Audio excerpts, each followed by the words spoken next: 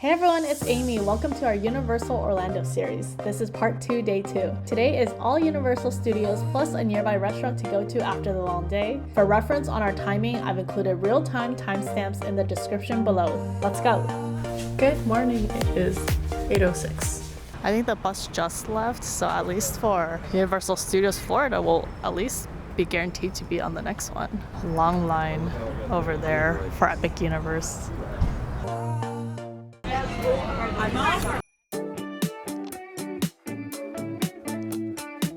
That ride took around 12 to 13 minutes.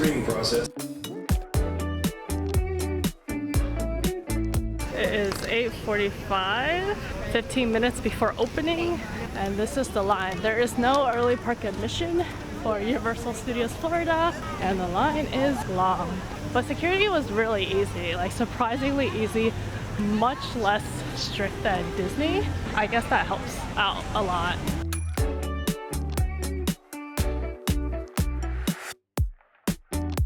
There was actually no official line, and then the employees just told us to like even stand in the middle. So it's like 8:55, close to 9 a.m. where the park actually already officially opened like 5 minutes ago. Just chaos in front. A lot of people just disregarded the previous line I just showed in the video. Maybe there are just no lines, you just gotta go in the front. It is around, let's see, 9:04 a.m. No time to take photos, but we're going on the path less walk to get to Harry Potter and escape from Gringotts. Hopefully the line is okay.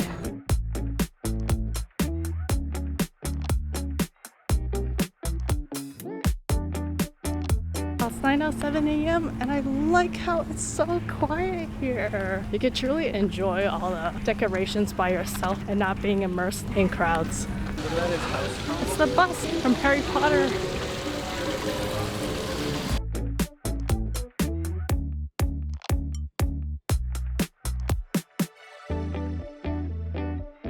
Escape from Gringotts! Let's go! Gotta put our stuff in lockers.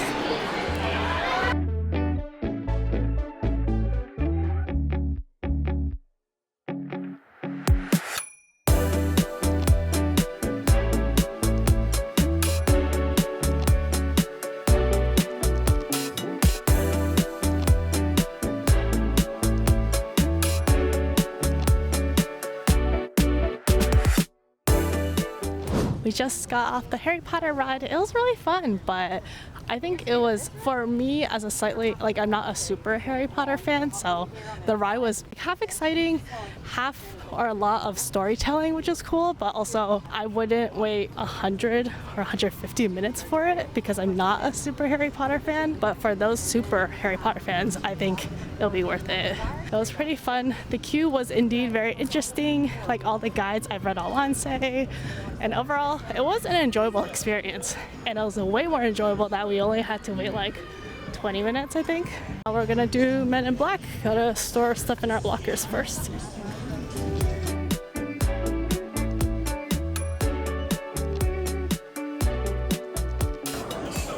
Right after we walked in, they said there are technical difficulties, but we're already here, so we're gonna check it out and see if the line will be moving or not.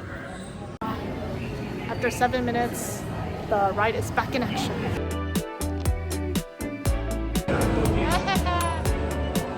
I won! Did you like Men in Black? It was okay. Albert said, pretty neat. Yeah, not too complicated, quick and easy. And now we are at the Simpsons Ride. It said 15-minute wait, so hopefully it's true. This does look similar to the one in California. Quick timing recap, it is 10:16 a.m. We're in the line for the Simpsons ride. We finished the Harry Potter ride and the Men in Black ride. We got a bit hungry, so we're gonna eat the Sour Patch Kids we won from yesterday's arcade game / video, if you check that out. We're also game planning what to go next, but definitely it's not Minion Mayhem because it's been delayed since park opening. Quick bathroom break, but we are on our way to ET Adventure because just then it said still 30 or 35-minute wait, but now it says 15-minute wait, and potentially because the Despicable Me ride is down, so all the crowds are dispersing to the usually be okay waits. But overall, the Simpsons Ride was good. I think it is the exact same as the one in California, which is slightly a bummer because I feel like they could have used this opportunity to do something new. Otherwise though, it was good, and I think I honestly felt a tiny bit dizzy. Not sure why, maybe I'm getting older, but that was the case. Looking forward to the rest of the day.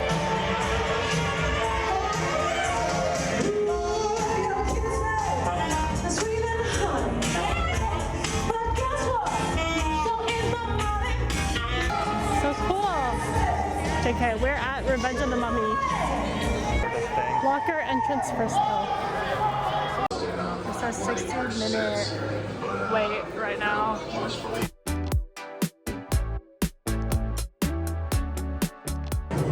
The app said 60 minutes, but it's actually only been like around 20 minutes or 15. Just got out of Revenge of the Mummy and it's still undefeated. It's actually a different experience than the one in California, so definitely recommend still checking this one out. The app says 60-minute wait by the time we entered the line, but actually it was only like half an hour wait, so positive. Now we're at the Jimmy Fallon ride.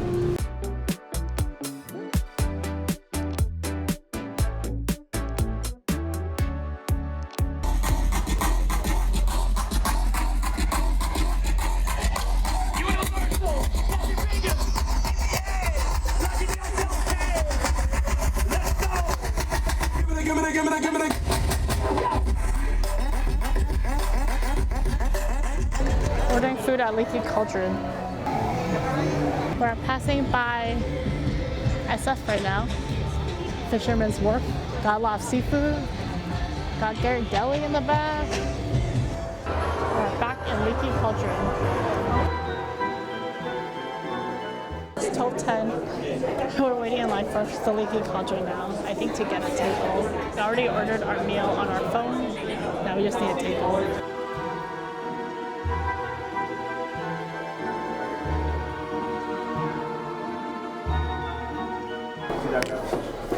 Let's see, enter table number. We are, we're number 4.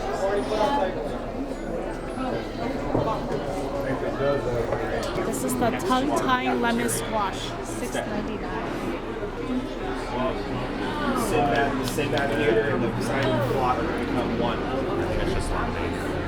What's left of what's not. Sounds about right. But good lemon. Got fingers and mash. There's a mash and fish and chips.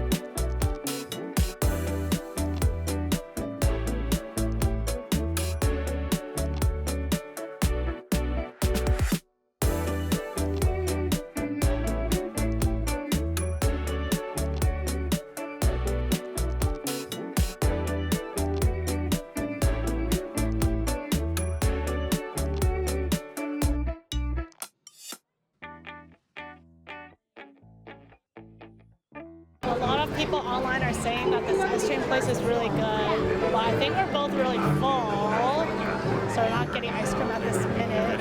Yeah, it's also very busy. We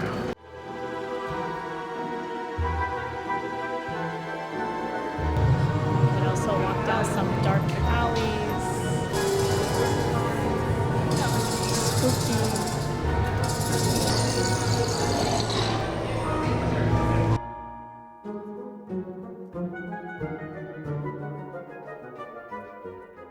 People also love this potato place. Small jacket potato.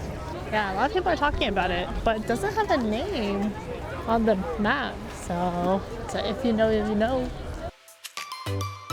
We're at Bourne Stuntacular now for their 1:45 p.m. show. It's around 1:40 actually right now. The Bourne Spectacular show just ended, so right on time we're entering the horror makeup show right next door.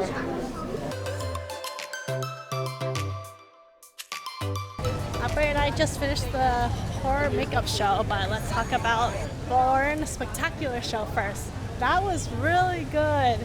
And it was like a perfect blend between animation and like the stunts and like all the electronics. Like everything combined was like spectacular. And then there's actually a point where it kind of broke down, so they had to stop and rewind the show a bit. I think in that part, they probably had so much practice that there's like this director guy who came out to use that time to explain the behind the scenes of like how the show works, which was really cool. And I thought, you know what, actually the ride breaking down was kind of worth it. It was pretty interesting to listen. And then the ride got back up in no time for the show. And then for the horror makeup show, I think we only got a little bit of behind the scenes on like makeup, and then most of it was just the two actors or makeup artists on stage. Yeah, the two hosts on stage they're just being funny and like talking a lot. So I would say like the show was like 80% talking and 20% like makeup-ish. Would have loved to learn more about horror makeup, but it was still really funny and enjoyable. Now we're heading to ET Adventures. We saw that the Minion ride is actually up now, so we might try to target that later, but for now ET Adventure has the least wait, so we are here.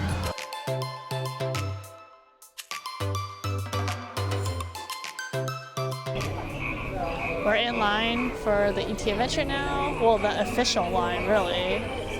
It looks way more intense than the line outside.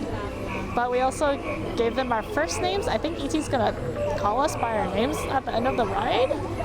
And then they gave us a little card. We're gonna be on bikes.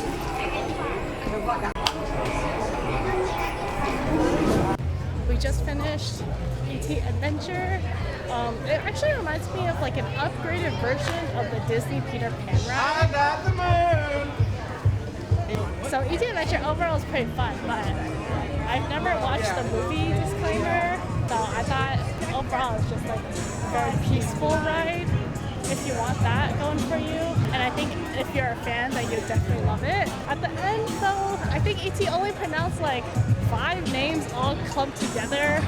I don't think he got our cart right. So unfortunately, he did not say our names. I also don't know how he would, because each cart is like 12 people. So how's he gonna just rapidly fire 12 names? Probably not. Now we're at Minion Mayhem. Look, the light fixture is a rocket. It's very cool. I love details like that.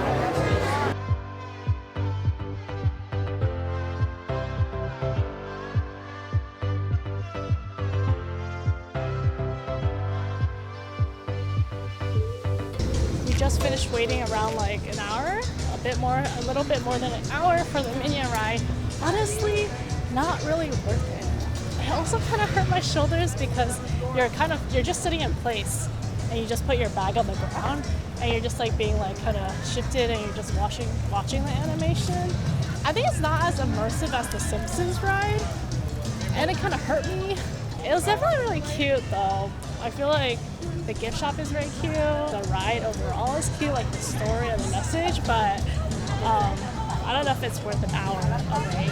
I think we've gotten impatient that we just want rides that hit. And that's why we're back at the Mummy. We're gonna see if the single rider line will be long or not. So wish us luck. You can't see me, but we're actually walking through the actual line instead of the single rider line because it looked like it was pretty empty in the front, even though the app said 45-minute wait. So we're in the actual line, not a single rider line, and we'll see how long that takes us. Some mummy with a serious 4:56 p.m. We're entering the line for Revenge of the Mummy again. Hopefully it's gonna still be as short. We will see. Also, a lady overheard us talking whether we wanted to try Transformers or Fast and Furious, the 3D 4D experience, because we're leaning towards not doing it and doing like maybe trying Harry Potter single rider one time. And then she said, yeah, the Fast and Furious ride is kind of immersive, but not that great, and wasn't, so don't feel like we're missing out if we don't do it. So I'm gonna take her word for it. I think I like thrilling like rides more than a 3D, 4D experience.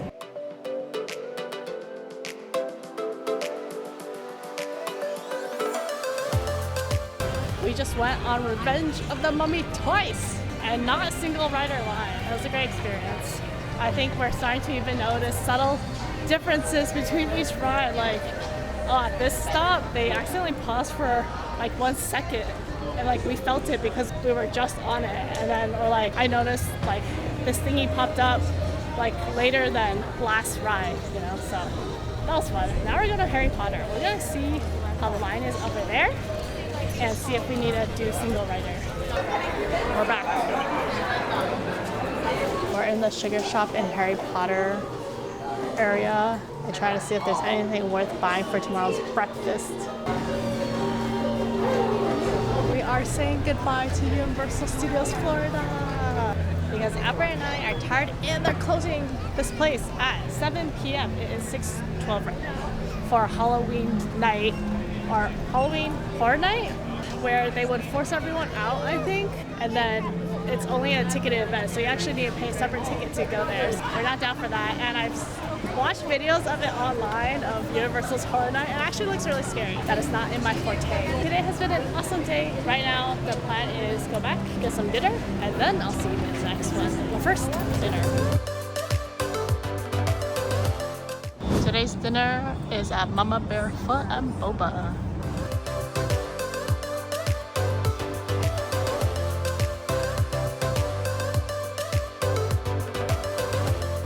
Wow, they have games on the side and a few books.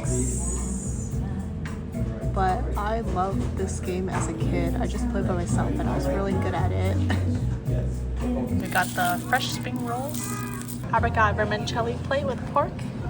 I got a beef pho with brisket, meatball, and tendon. Cheers. Actually really good and huge portions. Albert struggled to finish. We also made a mess, but we'll clean it up. Oh, we didn't get the egg rolls, I think. There are no egg rolls. We added later, right? So only 3 items. Yeah, 3 items.